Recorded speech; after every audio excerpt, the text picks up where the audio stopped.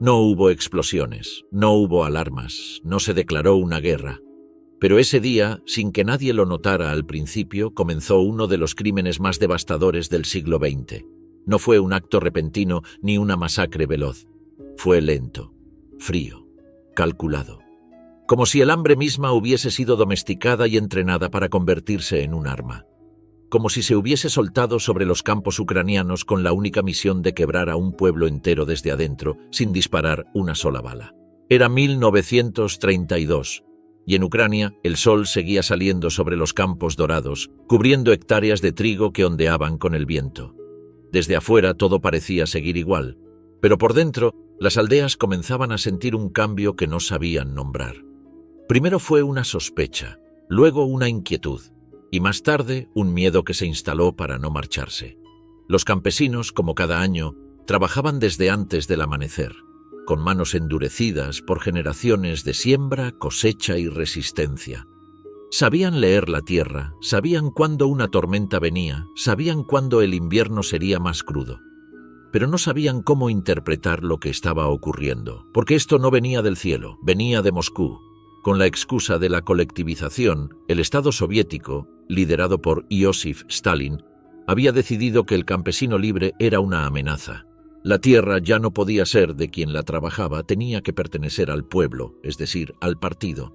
Y Ucrania, con su fuerte identidad campesina, su idioma, su cultura y su vocación agrícola, representaba un obstáculo demasiado grande para el proyecto estalinista. Las órdenes comenzaron a llegar, se impusieron cuotas de grano desproporcionadas, imposibles de cumplir sin condenar a las familias a la inanición. Los funcionarios soviéticos recorrían las aldeas exigiendo entregas forzadas. Si no encontraban suficiente trigo, tomaban el ganado. Si no había animales, se llevaban las semillas.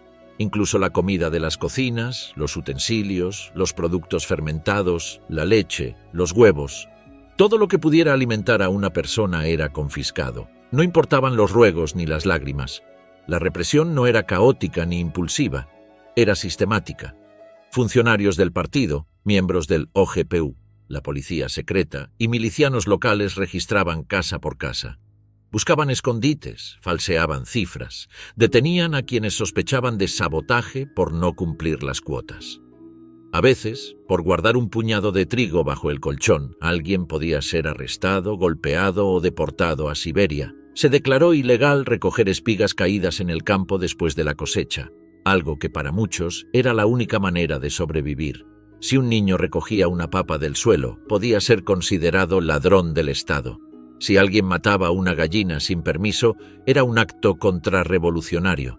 La ley de las 5 espigas convirtió en criminales a los hambrientos, y el hambre no tardó en llegar. Al principio era escasez. El pan comenzó a desaparecer. La leche se volvió un recuerdo. La sopa se volvió agua con cáscaras. Las comidas se redujeron a una vez al día y luego a ninguna. Algunos se alimentaban de raíces, de corteza hervida, de hojas cocidas. Las familias empezaban a mirar con ansiedad lo que antes era impensable, los animales domésticos, las reservas de comida del vecino, incluso a sus propios hijos. La desesperación no llegó de golpe, fue un proceso, como si se drenara lentamente la vida de cada hogar. Las calles de los pueblos se llenaron de figuras huesudas, rostros hundidos, miradas vacías. En los campos, hombres y mujeres se desplomaban mientras intentaban trabajar. Niños caminaban solos, pidiendo comida en casas tan vacías como las suyas. El vientre de muchos se inflaba, señal de desnutrición extrema. Algunos murieron sin haber pronunciado una sola palabra de queja. Lo más doloroso es que no se trataba de una hambruna natural. Los archivos soviéticos desclasificados décadas más tarde confirmaron lo que los sobrevivientes siempre supieron, que todo fue orquestado, que el hambre fue utilizada como castigo. Castigo por resistirse, por no someterse, por mantener viva una identidad que Stalin consideraba peligrosa. Ucrania tenía que ser quebrada, absorbida, diluida dentro del gran proyecto soviético. Y si para eso había que matar de hambre a millones, que así fuera. Mientras tanto, los trenes salían desde Ucrania cargados de grano hacia Moscú, hacia Leningrado, hacia el extranjero. Ucrania alimentaba al mundo mientras su gente moría.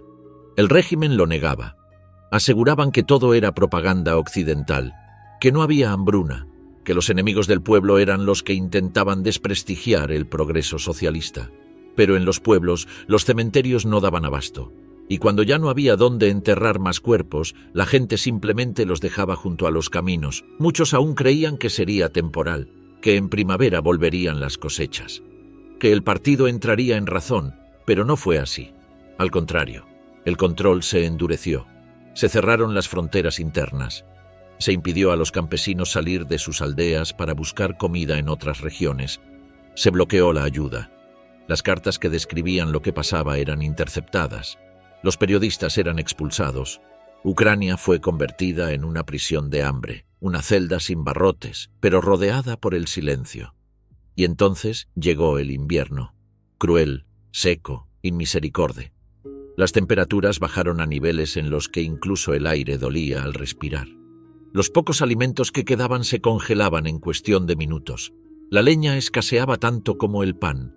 Las familias se abrazaban unas a otras, no solo por amor, sino por calor. Era una lucha contra el frío, contra el hambre y contra la desesperanza. A veces, simplemente contra las ganas de rendirse. En ese contexto comenzó la pesadilla. No con una explosión, sino con una decisión política. No con una guerra abierta, sino con decretos y registros.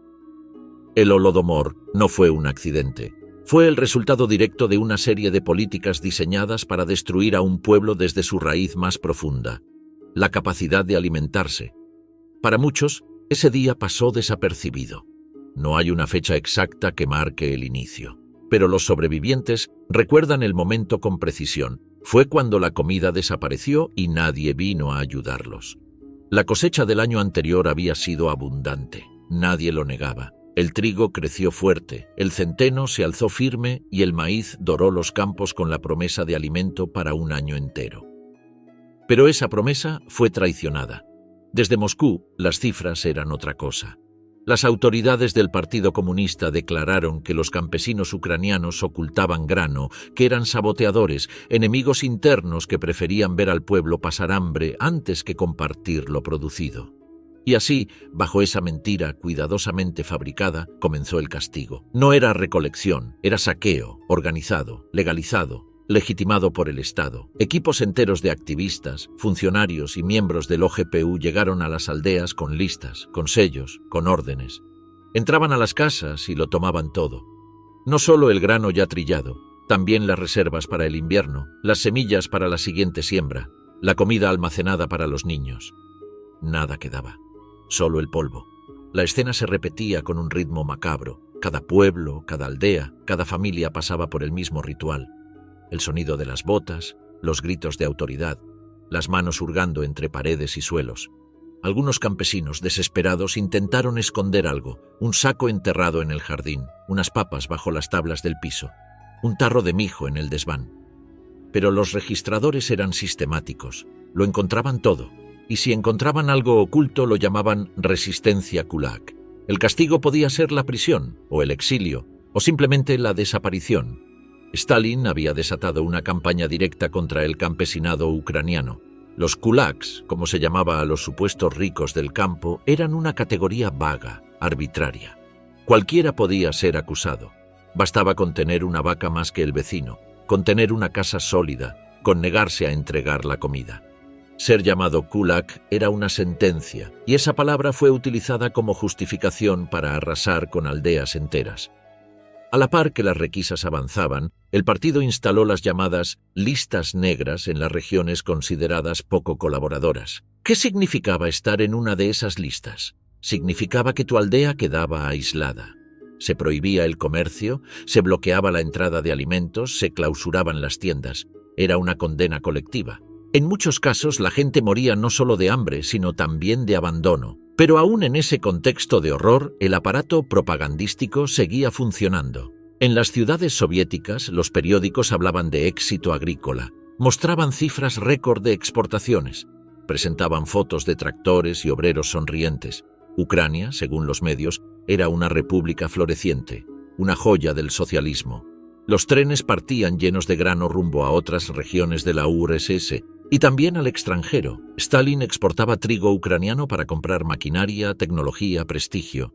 Mientras tanto, los campesinos morían en sus casas vacías. El hambre se fue transformando, de necesidad pasó a ser tormento y luego silencio, porque llegó un momento en que ya no se hablaba. ¿Qué se podía decir?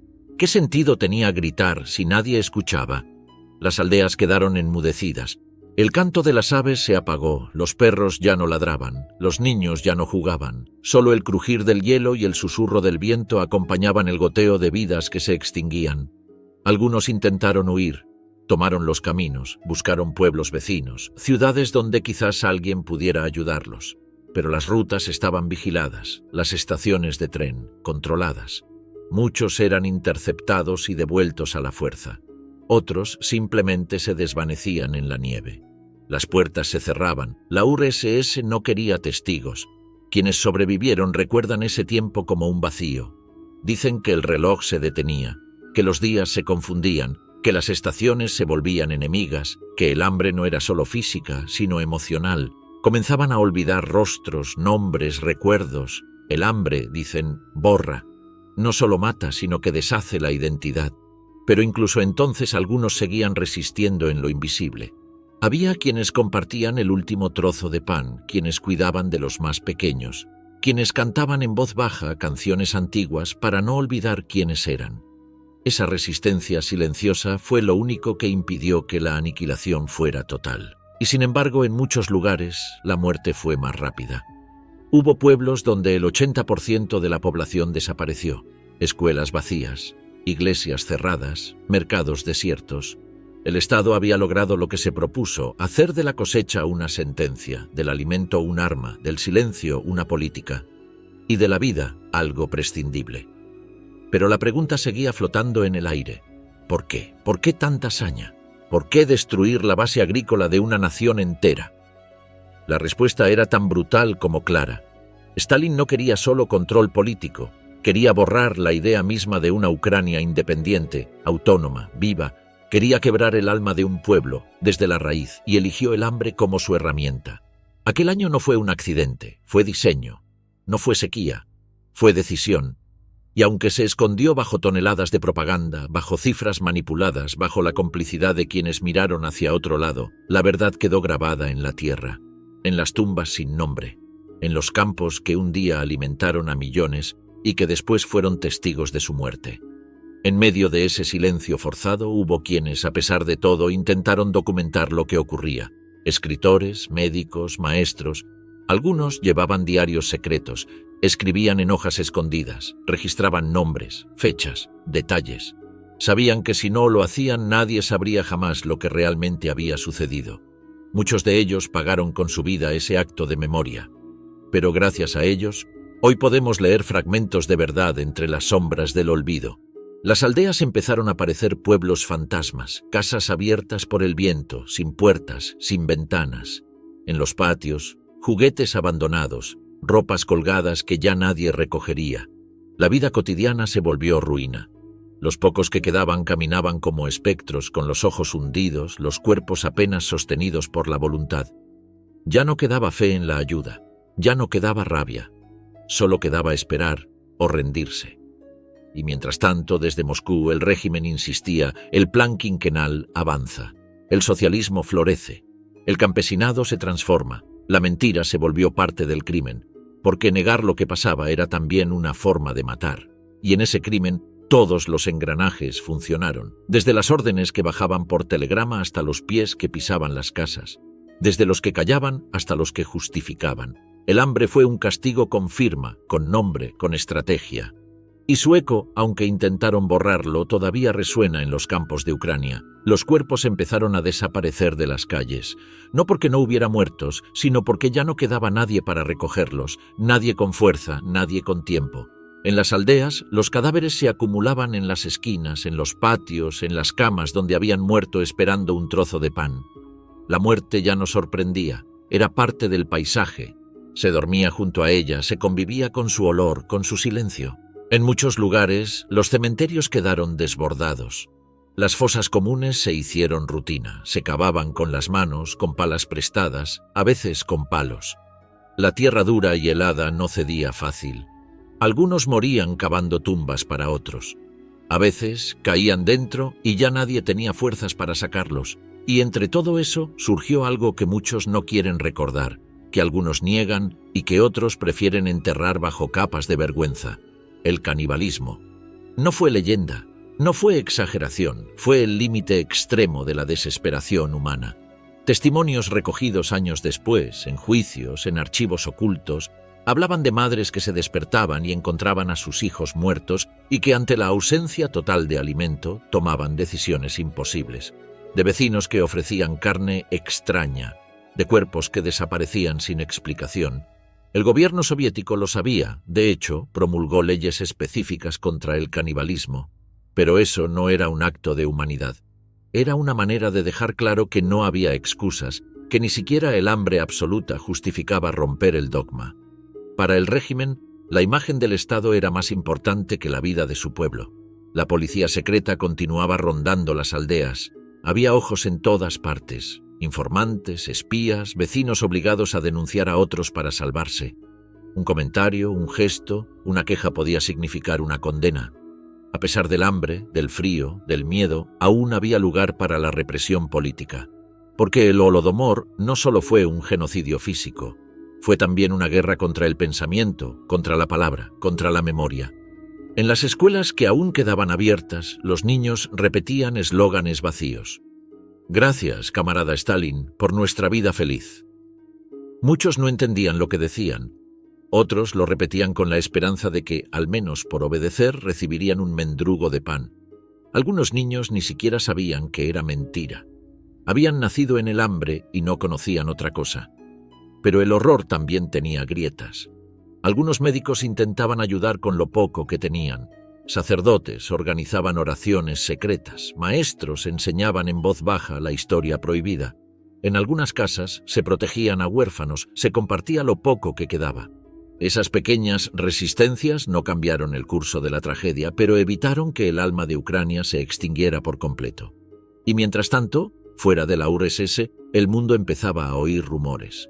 Informes filtrados, cartas clandestinas, testimonios de viajeros. Algunos periodistas, como Gareth Jones, rompieron el cerco informativo y contaron lo que vieron: aldeas desiertas, niños famélicos, silencio mortal. Pero la respuesta internacional fue tibia. Algunos gobiernos no quisieron confrontar a Stalin, otros simplemente no creyeron. La propaganda soviética era fuerte. Muchos preferían pensar que se trataba de exageraciones, de ataques al modelo comunista.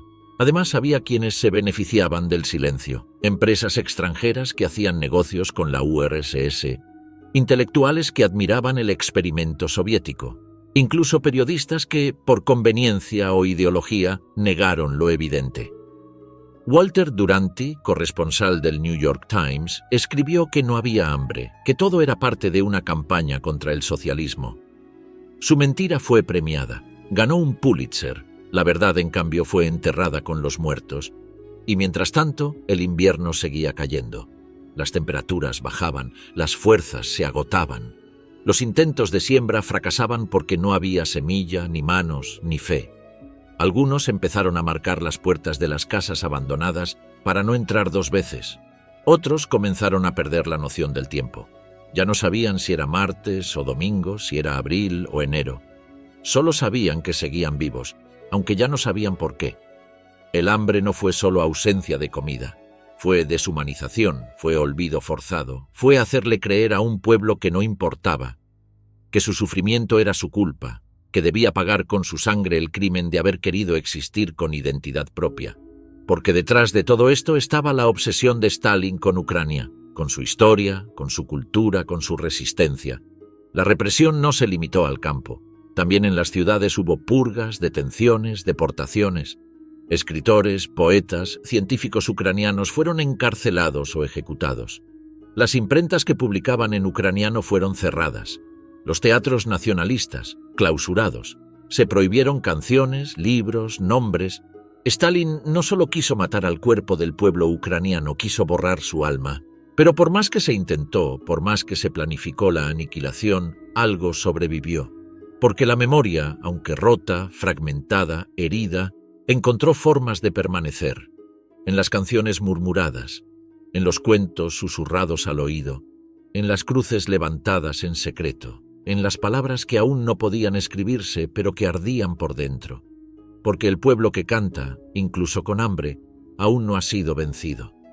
Muchos años después, los sobrevivientes hablarían en voz baja sobre ese tiempo.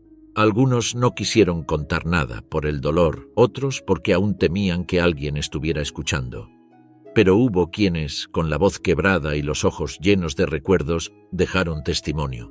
Contaron cómo escondían granos bajo las tablas del piso, cómo intercambiaban cucharadas de harina por pedazos de esperanza, cómo enterraban a los suyos sin ataúd, sin rito, sin adiós, y también cómo, a pesar de todo, hubo momentos de humanidad.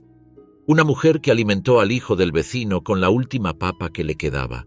Un anciano que, sin familia, caminaba de casa en casa para contar historias y así distraer a los niños del hambre.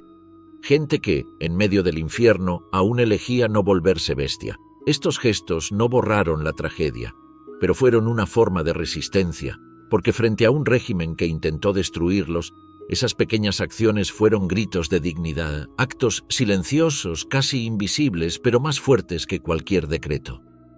Al final de 1933, la maquinaria del Holodomor empezó a apagarse, no por compasión ni por remordimiento, sino porque ya había cumplido su propósito. Millones habían muerto, las aldeas estaban vacías o sometidas, la colectivización se había impuesto, la identidad ucraniana había sido mutilada, y el miedo había echado raíces profundas. Pero la historia no terminó ahí, porque después del hambre vino el silencio, años, décadas de negación, de documentos ocultos, de cifras maquilladas, de memoria proscrita. Durante mucho tiempo ni siquiera se podía pronunciar la palabra Holodomor sin arriesgarse a la censura o la cárcel. Fue un crimen enterrado en el olvido y, sin embargo, como toda verdad, seguía latiendo bajo tierra. Durante décadas la historia del Holodomor quedó envuelta en una niebla espesa. El régimen soviético no solo exterminó a millones, sino que trabajó con precisión quirúrgica para borrar todo rastro. Archivos cerrados, fotografías manipuladas, censura total. En las escuelas no se enseñaba, en los libros no se mencionaba. Hablar de ello era arriesgarse a la prisión. El silencio se convirtió en ley. A los sobrevivientes se les impuso el olvido como única salida.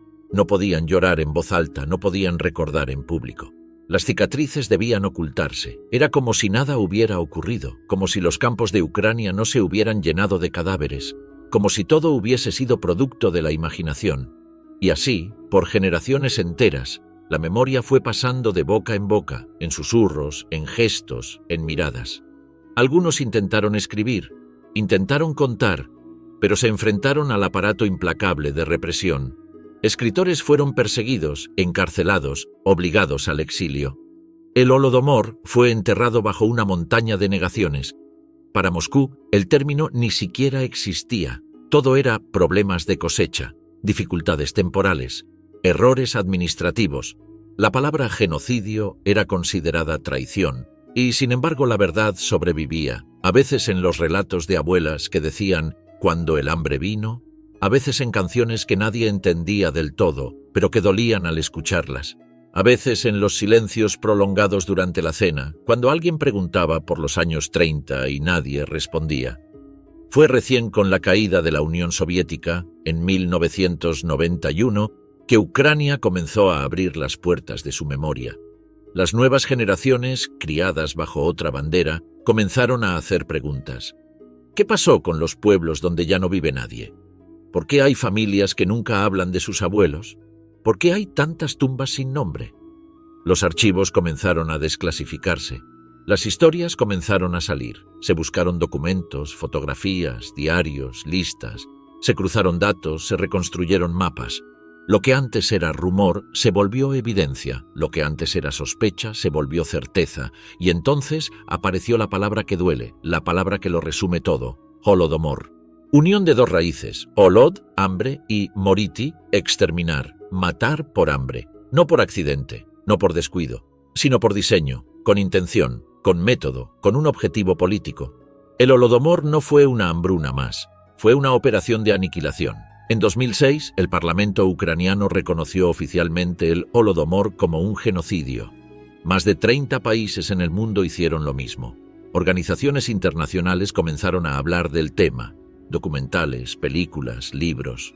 Por fin la historia salía a la luz, por fin los muertos tenían nombre, y por fin el silencio comenzaba a romperse. Pero no fue, ni es, un proceso fácil. Aún hoy Rusia niega que se tratara de un genocidio. Aún hoy hay intereses políticos que prefieren dejar el pasado cubierto de sombras.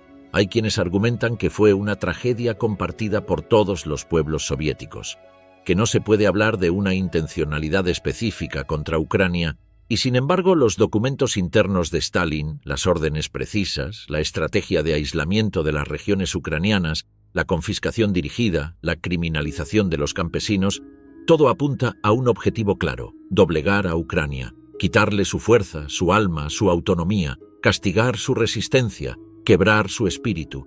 No fue solo hambre, fue humillación, fue imposición, fue castigo colectivo. Hoy, recorrer Ucrania es caminar entre cicatrices. Hay monumentos en muchas ciudades, hay cruces de madera en los campos, hay placas con listas de nombres, hay museos, como el de Kiev, donde los rostros de niños, mujeres, campesinos miran desde el pasado con ojos que aún preguntan por qué. Cada último sábado de noviembre, Ucrania recuerda. Se encienden velas, se hacen minutos de silencio. Se cuentan las historias, se nombra a los que murieron sin tumba, porque recordar no es solo honrar el pasado, es también una forma de resistir, de decir: existimos, sobrevivimos, y no vamos a olvidar. El Holodomor marcó para siempre la identidad ucraniana, no solo por el dolor, también por la conciencia de que la libertad tiene un precio, de que el olvido es una segunda muerte, de que cada generación tiene el deber de sostener la memoria, y sin embargo, el recuerdo no es suficiente. Porque mientras se niegue, mientras se minimice, mientras haya quienes sigan justificando o encubriendo, la herida no cierra. La lucha por el reconocimiento completo sigue viva. Es una batalla por la verdad, por la dignidad, por el derecho a contar la historia sin censura, sin miedo, sin concesiones. La memoria es un campo de batalla, y en ese campo, Ucrania sigue luchando. Pero no todos aceptaron ese renacer de la memoria. En algunas regiones aún quedaban resabios del miedo, del silencio heredado. Había quienes preferían mirar hacia otro lado, quienes decían que remover el pasado solo traería más dolor, que ya era tiempo de cerrar el libro, de avanzar. Pero avanzar no significa olvidar, y mucho menos perdonar sin comprender. Las nuevas generaciones, sin embargo, comenzaron a hacer preguntas incómodas. En escuelas, universidades, redes sociales, se empezó a hablar más abiertamente. Jóvenes cineastas rodaron documentales. Poetas escribieron sobre la ausencia de abuelos que nunca conocieron. Grupos de investigación ciudadana recorrieron pueblos fantasmas en busca de pruebas, testimonios, huesos, y cada hallazgo era una confirmación. Esto no fue una invención, no fue exageración, fue real. Tan real como el frío en los huesos, como el vacío en el estómago, como el luto en las casas sin retratos. Las cifras, los documentos, los testimonios de extranjeros que lo vieron con sus propios ojos, periodistas, diplomáticos, hasta misioneros, todos coinciden. No fue el clima, no fue la sequía, fue una decisión política, fría, calculada, letal. Hoy, la lucha por el reconocimiento del Holodomor no es solo una causa ucraniana, es un símbolo universal. Es un grito contra el uso del hambre como arma, contra la impunidad del poder, contra los imperios que destruyen culturas enteras por miedo a su libertad. En medio del siglo XXI, cuando aún hay guerras, invasiones, discursos que niegan lo evidente, el Holodomor nos obliga a mirar de frente una pregunta incómoda. ¿Hasta qué punto el poder puede decidir quién vive y quién muere? ¿Y qué hacemos nosotros cuando lo sabemos? La memoria, entonces, no es solo un deber moral, es una advertencia. No fueron solo las cifras, ni los campos vacíos, ni siquiera los cementerios improvisados. Lo más aterrador del Holodomor fue el mensaje, porque no se trató simplemente de castigar una región, sino de dejar claro que nadie podía desafiar al poder, que el precio de resistirse no era el exilio, ni la cárcel, era el hambre. Era la aniquilación sin balas, era la conversión del alimento, del pan, en instrumento de obediencia. El régimen soviético, con Stalin a la cabeza, no necesitó fusilar a millones. Le bastó con cerrar fronteras internas, bloquear carreteras, sellar pueblos y confiscar hasta la última espiga. El mensaje era claro: Si Ucrania quería ser libre, primero debía morir de hambre, y si alguien intentaba sobrevivir, si alguien recogía una patata del suelo, una espiga caída, una cucharada de harina escondida, era castigado como criminal. Ese fue el verdadero objetivo: deshumanizar. Romper no solo el cuerpo, sino el alma, obligar al campesino a elegir entre morir o delatar, convertir a las madres en sepultureras de sus propios hijos, hacer que la comunidad, antes unida por la tierra, se desmoronara en una lucha desesperada por la supervivencia. Ese fue el mensaje. El Estado no necesitaba amor, solo obediencia. Y si no obedecías, no comías. Pero más allá del terror físico, estaba el psicológico. El régimen no solo mataba de hambre, te decía que no estabas hambriento, que estabas exagerando, que eras un enemigo del pueblo por quejarte, que el socialismo estaba triunfando y que si tú sufrías, era por culpa tuya, por no trabajar lo suficiente, por esconder grano, por ser un saboteador. El Estado convirtió a las víctimas en culpables y al victimario en redentor. Mientras los niños morían, los periódicos mostraban campos felices y campesinos sonrientes. Mientras los cuerpos se acumulaban, las radios transmitían discursos triunfales sobre la abundancia. Mientras el mundo se escandalizaba, la URSS organizaba celebraciones de la cosecha. Todo era propaganda, todo era mentira, todo era mensaje. Y sin embargo, la maquinaria no era perfecta. Siempre hubo quienes vieron, quienes supieron, periodistas como Gareth Jones, que arriesgaron su vida para contar lo que otros callaban, testigos que escaparon y hablaron, diplomáticos que enviaron informes. Pero el mundo, mayoritariamente, decidió mirar hacia otro lado, porque era incómodo, porque implicaba tomar partido, porque la URSS era demasiado poderosa. Así, el mensaje del Holodomor no fue solo interno, también fue una demostración hacia el exterior, un mensaje a otras naciones. Este es el precio del orden.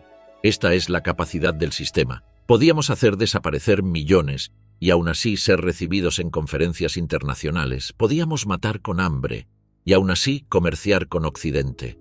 Y décadas después, cuando el telón de acero cayó y las voces comenzaron a alzarse, el mensaje seguía ahí, en la negación, en la relativización, en los intentos por decir que fue complicado, que no fue intencional, que otros también murieron. Porque aceptar el Holodomor como genocidio no es solo aceptar un crimen, es aceptar que el sistema soviético, en su núcleo, usó el terror como política.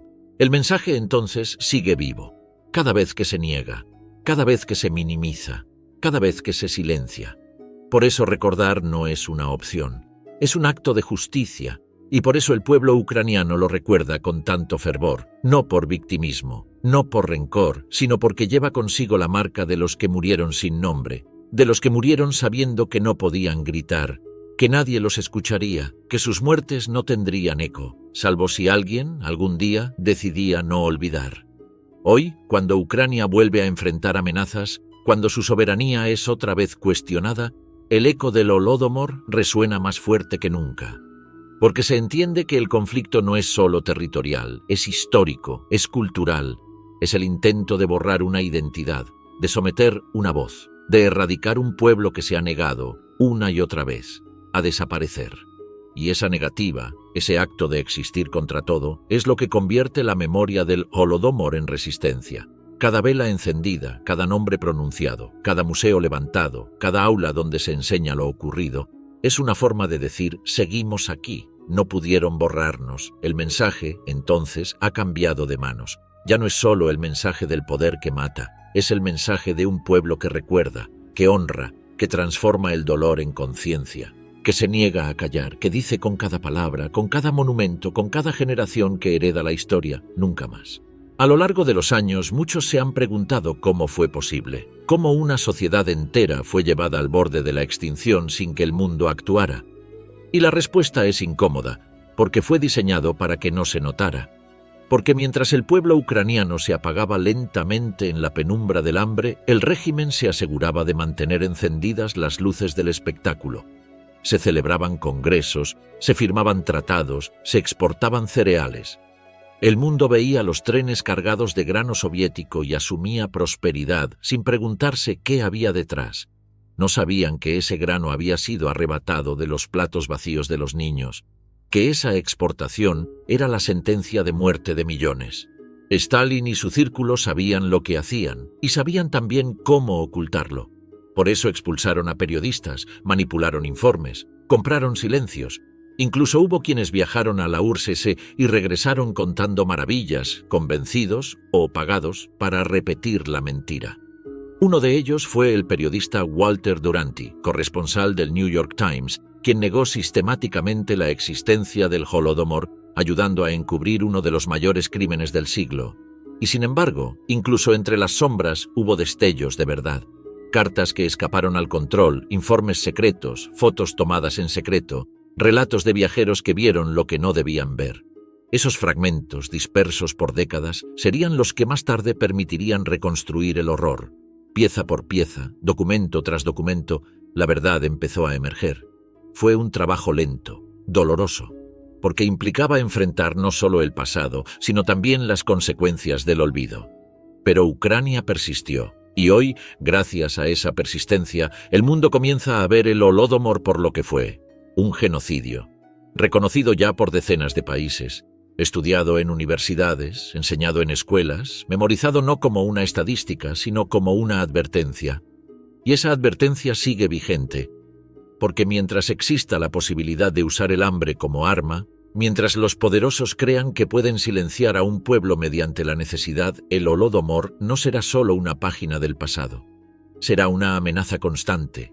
Por eso se habla de él, por eso se recuerda, no como ejercicio de tristeza, sino como acto de defensa. Porque la memoria, cuando es colectiva, puede ser un muro contra la repetición, puede ser un escudo frente al olvido, puede ser la voz que faltó cuando más se necesitaba. Hoy, al recorrer Ucrania, se ven monumentos con frases sencillas, una espiga tallada, una vela encendida, un niño de piedra que abraza su estómago vacío.